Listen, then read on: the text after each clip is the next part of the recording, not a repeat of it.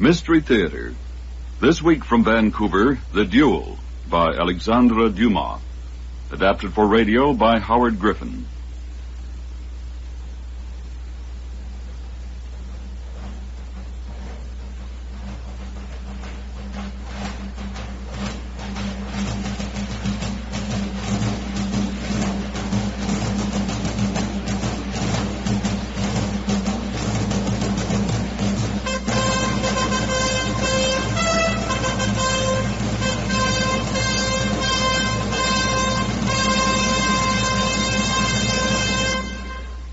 How do you define and measure that elusive quality of the human spirit we call courage? Consider, for example, the man who is called upon to face an opponent in a duel, knowing that only his skill and the chance trembling of his adversary's hand may save him from the grave. Lieutenant André de Montigny, for instance, had made a reputation for himself on the field of honor as a fearless and skillful duelist by the time he came to Quebec in 1759.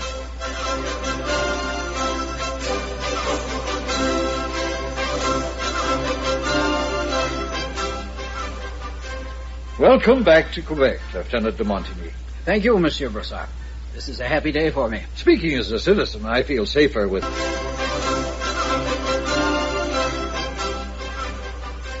Welcome back to Quebec, Lieutenant de Montigny.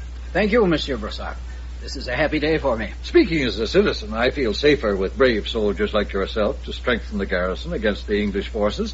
And speaking as Marie's father, I'm pleased to see how happy your arrival has made my daughter. Frankly, a lonely old widower is not fit company for a pretty young lady. Father, you speak much too much. If Marie has been lonely, I should... Not that my little dove has lacked attention, far from it, Lieutenant. Ah, you should see the way that the young men... Father, please. Oh... Has she been seeing No, my fellow... I have not been seeing anyone else since you were here last, Andre. Don't take Father's teasing too seriously. Yes, have no fears. Your little Marie has done little else but talk about nothing else but you.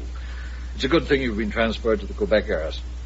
I'm ready to admit that I'm getting too old to play chaperone at social functions. I consider myself lucky to have drawn the assignment. Oh, you should have seen the way the young blades flocked about her at the governor's ball last week. Which only proves that there is safety in numbers, Father. Yes, and that holds for the colony also. I'm convinced that the British will launch their assault very shortly, rather than endure a prolonged winter siege. As a military man, Lieutenant, what do you think? If the English are foolish enough to attempt a direct assault, we will have a field day cutting them to ribbons below the citadel. Well, no doubt you've seen the extra cannon that were mounted in the past month. Well, Quebec is now virtually impregnable. How can you be so confident, Andre? After looking through a telescope at the British fleet, I had a terrible succession of nightmares which... Oh, a brutal red-coated soldier pursued me from room to room. Well, during one dream, I screamed so loudly that poor Father thought I was being murdered in my bed. And how did you happen to view the British fleet through a telescope? Oh, Lieutenant Valcourt spirited it away one fine Sunday morning after Mass when we were visiting the fortifications. Lieutenant Valcourt, huh? I don't think I know him, Mary. No, probably not. He hasn't been here very long. More wine, Lieutenant? Not just now, sir. Well, I'm afraid I must excuse myself. Business remains as brisk as ever. You'll be dining with us soon, I hope. With the greatest pleasure, sir. I am pleased to see you back here. Soldiers like you do a great deal for our morale. I'm half hoping that the English will continue their siege throughout the winter. It would be my assurance of remaining here on more or less permanent duty. Who knows what the morrow will bring. Come to think of it, tomorrow is the 13th of September. Let's hope it'll not bring misfortune in any form to anyone. And avoid black cats and ladders. I'm not the least superstitious. Oh, then please do something for Marie. She sees bad omens in all sorts of things. But I'm late. Au revoir, Lieutenant. Good day, Monsieur Brossard. Will you drink my wine, Andre? I have no desire for it. Don't you feel well? Well enough. But I am worried. What about? Oh, so many things. The war, for one, and you. Me? Yes, Andre. It's wonderful to have you here for more than just a leave, but... Oh, but what, my darling? I'm afraid. I'm afraid that something might happen to you. If the English do attack in force, things might go badly for us. Nonsense, Marie. We have the advantage of them. After all, we are the ones sitting up here overlooking the St. Lawrence with hundreds of cannon. And General Montcalm is more than a match for Wolfe. But you can't be sure, Andre. History is filled with accounts of military reversals. If anything happened to you, rather than be taken a prisoner, I would kill myself. Darling, stop being an alarmist and an armchair general. I'll leave the war to the soldiers. That's what we're paid for. Concentrate instead on being pretty, charming, and affectionate. Oh, Andre, I love you so. Oh, Andre! Oh, I am sorry. It was clumsy of me. I'll see that it's replaced as soon as possible. But the glass doesn't matter, Andre. It's bad luck to break a glass given to you by the woman to whom you are betrothed. Oh, nonsense. If all the old wives' tales were to come true, there would be no end to the troubles that would beset.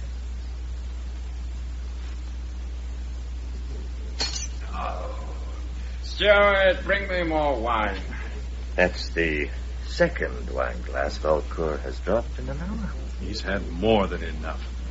Come on, Valcourt. You're holding up our game of cards. The devil take your cards too far. I've lost too much this week.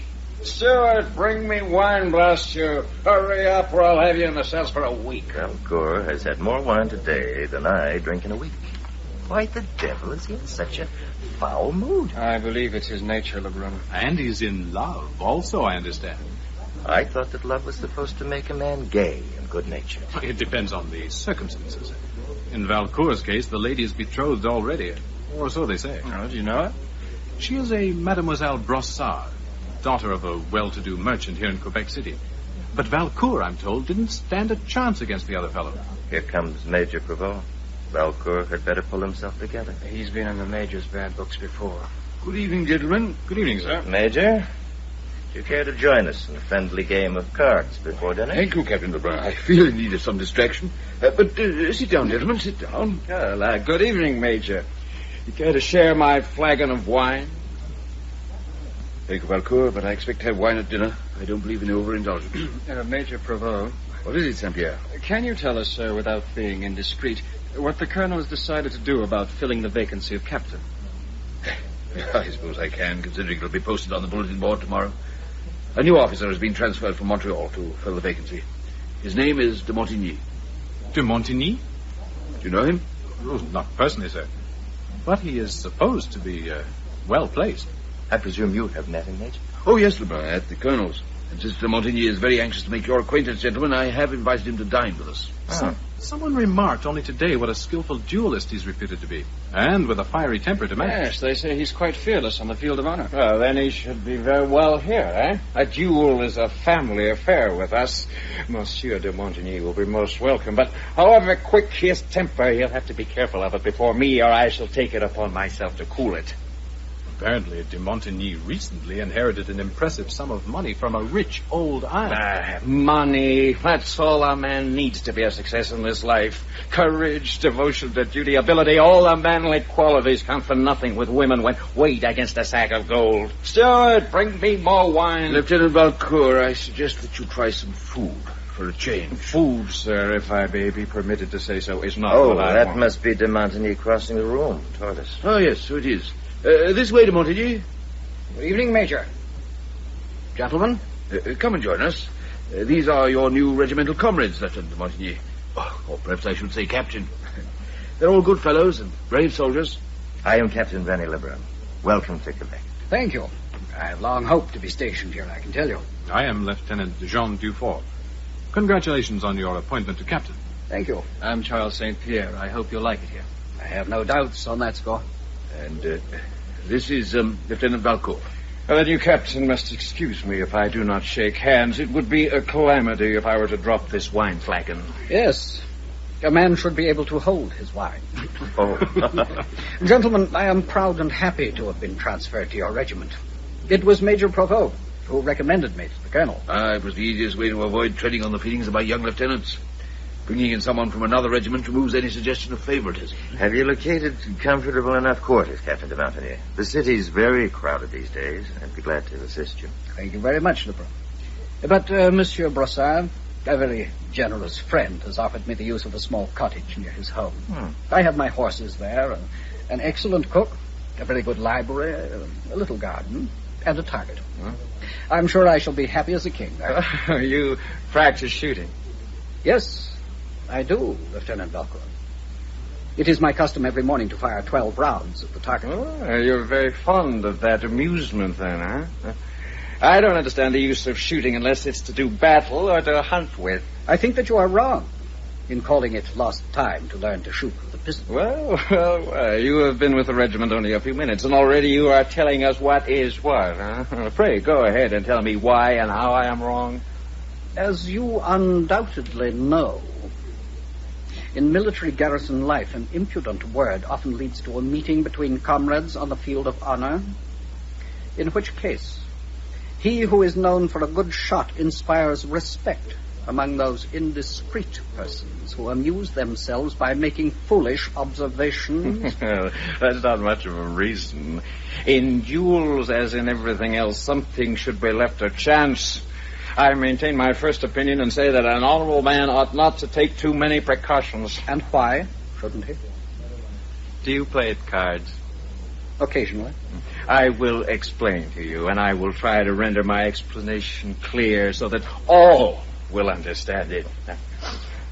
Everyone knows that there are certain card players who have an enviable knack while shuffling the pack, thus adroitly making themselves master of the winning card. Now, I see no difference myself between the man who robs his neighbor of his money and the one who robs him of his life. Really, Valcourt? I do not say this to you in particular, Captain de Montigny. I speak in general, sir. It is too much as it is, monsieur. I beg Captain Lebrun to terminate this affair with you. Lebrun, you will not refuse me in this request? Valcourt has been drinking. I am sure he will apologize for his rash words. I apologize for nothing. Captain Lebrun, do you refuse to act for me? Of course not. So be it, Captain de Montigny. You have told me yourself you practice shooting every day, while I hold a pistol and fire it only on the day I fight. We will equalize the chances. I'll settle the details with Captain Lebrun. Au revoir, gentlemen. Gentlemen, we must not allow such a fight to take place. De Montigny, you realize that Valcourt has been drinking too much? Tomorrow I shall force him to apologize to me. Major, I am a newcomer among you. None of you really knows me. I have yet, as it were, to win my spurs. It is impossible for me to let this insult pass without fighting. I don't know what I have done to arouse the gentleman, but it is evident that he has some spite against me. Well, the truth of the matter is that Valcourt is jealous of you. I happen to know that he's in love with Mademoiselle Brossard, and she has rejected his advances in favor of you. That explains a good deal, Lebrun. But I must still defend my reputation. Since Valcourt has accepted you as my second, will you see him and arrange matters? Accept all his conditions, and then meet me and Major Provost at my quarters. If you really intend to go through with this duel, I'd better attend to it immediately, before General Montcalm gets wind of it. Till later, Major. I would prevent it, but I know that Valcourt is hot-headed enough to find a way regardless. And you also seem to have quite a temper, de Montigny. Will you let us know the hour of combat, Captain? Certainly. Come and bid farewell. One of us. Here are my conditions for the duel, Captain Lebrun. These two sabers are to be planted at a distance of 1 pace apart. Only 1 pace apart? Precisely. Lieutenant de Montigny and I shall face one another, each standing behind one of the sabers. Each opponent is to extend his arm at full length and fire at the word 3. You must be mad, Valcourt. Mad? Major, tire yourself with so much pacing. I am restless, de Montigny. I feel like a caged animal. Now, this is an excellent volume of Hogarth engravings. Are you familiar with his work? An Englishman? Must one carry national prejudice into the field of art? as well as the field of battle. I know nothing about art, only artillery. God knows we could do with more of it. Cannon, I mean, not books. Ah, Lebrun. I'm sorry to be late. It was unavoidable. I had the very devil of an argument with Valcour. His conditions are fantastic. What are they? He insists that both opponents stand behind sabers planted 1 pace apart, facing one another, arms raised at full length. They both fire at the count of 3. Preposterous. He must be drunker than I thought he was. Valcour is absolutely serious, sir. However, and this is the strange part of it, only 1 pistol will be loaded. Most unusual conditions. Valcour insists that this way he won't be a victim for you, but an adversary. He maintains that all your skill with the pistol will amount to nothing. Should have told the fool you couldn't accept such unheard-of conditions. I protested, Major, but Valcour is adamant on that point. Either Captain de Montigny fights as he proposes, or he will not fight at all. But in that case, Valcour said he would prove that de Montigny is brave only when sure of his own safety, guaranteed by his skill of acquired marksmanship. I don't like it. But de Montigny did tell me to accept any conditions he might stipulate. Yes, you did the correct thing, Lebrun. I had a feeling Valcour might devise something out of the ordinary. Still don't like it. Come in. Mademoiselle. Marie, what are you doing here? What am I doing here, Andre? Is it you who asked me when this night is perhaps the last of your life? Why am I here? To plead with you not to risk your life. Who told you about the duel? News travels quickly among the servants in Quebec. And General Montcalm is sure to hear of it. In that case, sir, it might be wise if we were to make ourselves scarce until the appointed time. No, Andre, you mustn't risk your life. Come, bro, we had better leave. Stay, gentlemen. Perhaps you may be able to help me in what I am about to say. Please, Marie, don't make it difficult for me. I implore you, Andre, do not fight this duel with Paul Valcour. You can't end 2 lives by this useless act. What do you mean? Remember what I told you would happen to me if ill befell you. Our lives belong to each other now, Andre. Do you hear? You can't do it. In the name of heaven, don't torture me this way. Can I refuse to fight? I shall be dishonored, lost. If I could do so cowardly an act, shame would kill me more surely than Valcour's pistol. Major Provost, you are esteemed in the regiment as a man of honor. You can then judge about affairs of honor. Oh, have pity on me, sir, and tell Andre he can refuse such a duel as this. Yes, make him understand it is not a duel, but an assassination. Oh, speak to him, Major. If he won't listen to me, he will to you. Marie, what do you know about the conditions of the encounter? I hesitated at the door before entering and overheard Captain Lebrun explaining them. Oh, please, Major, I beg of you to interpose. Or must I go straight to General Montcalm himself? You wouldn't dare. To spare you any sorrow, mademoiselle, I would willingly lay down my life, but to counsel Captain de Montigny to be unworthy of his uniform by refusing this duel is impossible. Each adversary, your betrothed as well as Valcour, has a right to propose his conditions. Then Andre should propose new conditions. But whatever the conditions, he's in circumstances which render this duel absolutely necessary. He's known as a skillful duelist. To refuse Valcour's conditions will be an admission that he counts upon his skill. Please, Marie, you don't know what you demand. Do you wish me to fall so low that you yourself would be ashamed of me? I ask you, are you capable of loving a dishonored man? You are right, Andre. It is not I who would love you less, but you who would hate me more. We must resign ourselves to our fate. Perhaps we shall never see each other again. Gentlemen, the time approaches. We'd better both retire. I have several letters to write before dawn. At 5, we must be at the rendezvous. Let me stay with you till then, Andre. I promise not to make any more protests. I'll sit by quietly while you write your letters. Very well. But you must not be upset. Till later, then. Au revoir, mademoiselle. After you.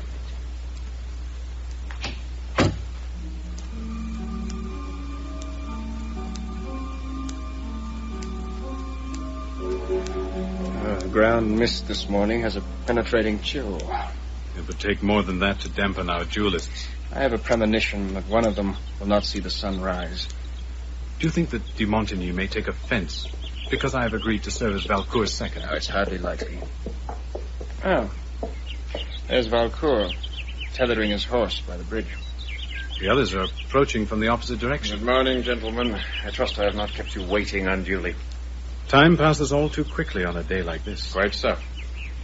Did you sleep well, Captain de Montigny? I always sleep well. Are you ready, Valcour? Yes. Then let us proceed without delay. Who gives the word to fire, Captain Lebrun? We gave no thought to that detail. Do you have any preferences, de Montigny? Major Provost, will you render this service? Very well. Be good enough to indicate our places. Then load, if you please. Well, that will not be necessary. One of the pistols in this case is loaded, the other is not. You know which is which, Valcour? What does it matter, Major? Captain de Montigny will choose. It is well. Let us get on with it. Make your choice, de Montigny. Dufour, kindly plant these two sabers in the ground 1 pace apart. I don't understand it. You will be holding the pistols only 6 inches from each other's hearts. Precisely. Gentlemen, take your positions. De Montigny seems remarkably calm and self-possessed. Valcour appears uneasy. Look at his eyes. I don't like it, sir. We may have something up the sleeve. Unfortunately, the conditions were accepted. Are you ready, gentlemen? Ready, sir. Yes, ready. Raise your pistols. Fire at the count of 3. 1, 2, 3. De Montigny chose the unloaded pistol. Fire. Valcour. It is not for you to command, de Montigny. It is I who must decide whether to fire or not. And that depends on how you answer what I am about to say. Speak, then. But in the name of heaven, speak quickly. No, look, I haven't come here to kill you, de Montigny. I have come with the carelessness of a man to whom life holds nothing. It has kept none of the promise it has made to him. You are rich, you are beloved, you have a promising future before you. Life must be dear to you, but fate decided against you. It is you who must die and not I. Well, Captain de Montigny, give me your word not to be so prompt in the future to fight duels, and I will not fire this pistol. I have not been prompt to call you out, Valcour. You insulted me by an outrageous comparison, and I felt compelled to challenge you. Fire, then. I have nothing to say to you. My conditions cannot wound your honor. Be our judge, Major Bravo. I will abide by your opinion. Perhaps Captain de Montigny will follow my example. He has conducted himself as bravely as possible. If he isn't killed, it isn't his fault. Gentlemen, can de Montigny accept the imposed conditions? Yes, sir. Of course he can. And without staining his honor in the slightest. Captain consents, Valcour. In the future, he will be less prompt to challenge. It is you who speak, Major Bravo, and not Captain de Montigny. You affirm my words, de Montigny. Very well, sir. I consent. Bravo. Yes, bravo. This is the happiest ending to any duel I have ever witnessed. Oh, I am more gratified than anyone. All has ended as I desired. And now, Captain de Montigny, I've shown you that before a resolute man the art of shooting is nothing in a duel. And that if the chances are equal, a good shot is on the same level as a bad one. I did not wish in any case to kill you.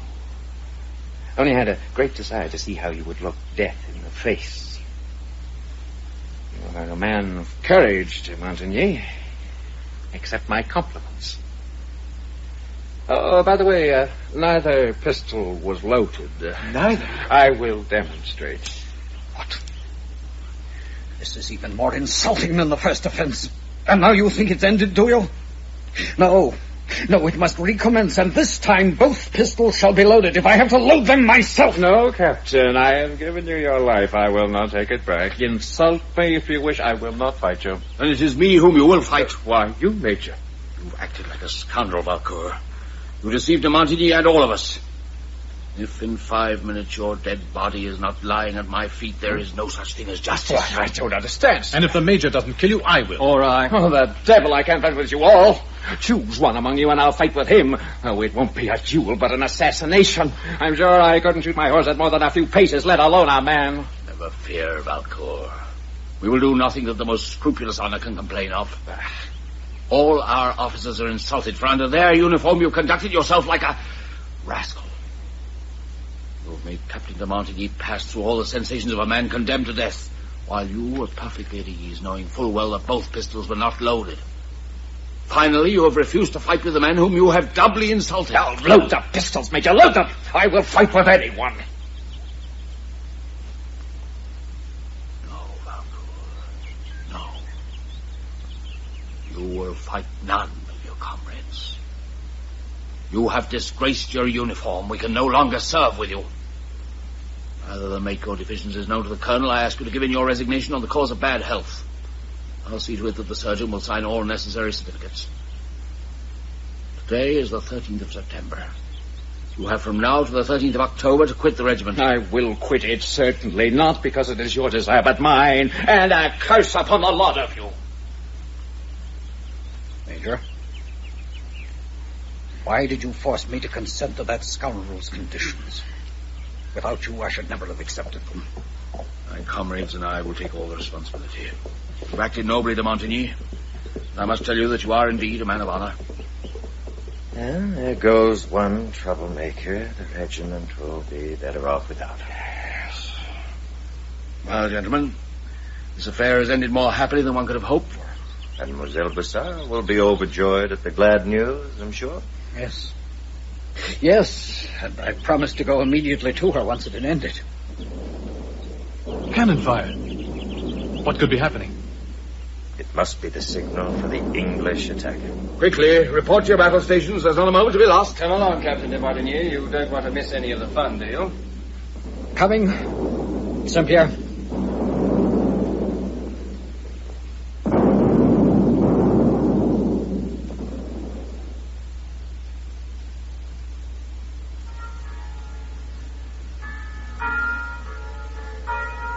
Many years have passed since the tragedy. Years of change and turmoil. Today is the 13th of September, a day that altered the lives of so many persons. 2 opposing generals died that day on the plains of Abraham, as did many a brave soldier in their armies. Roll call is long, and I knew many of them.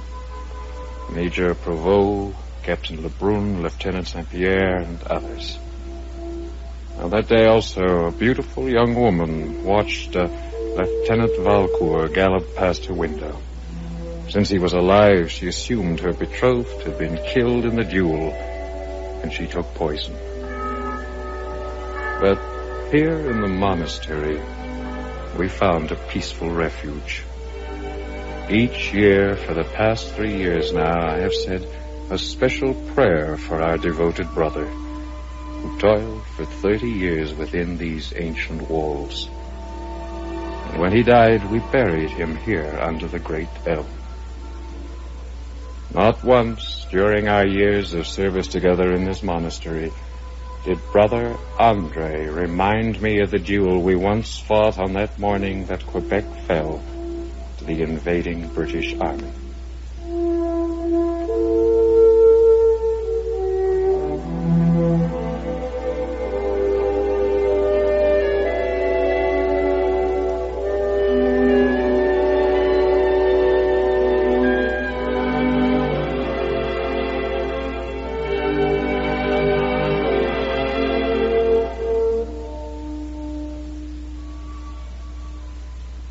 The Duel by Alexandre Dumas, adapted for radio by Howard Griffin. André de Montigny was played by Robert Clothier. Marie Brossard by Linda Sorensen. Paul Valcour by Derek Ralston, and Major Provost by Roy Brinson. Other parts were played by Bill Buckingham, James Johnston, William Buck, and Eric Schneider.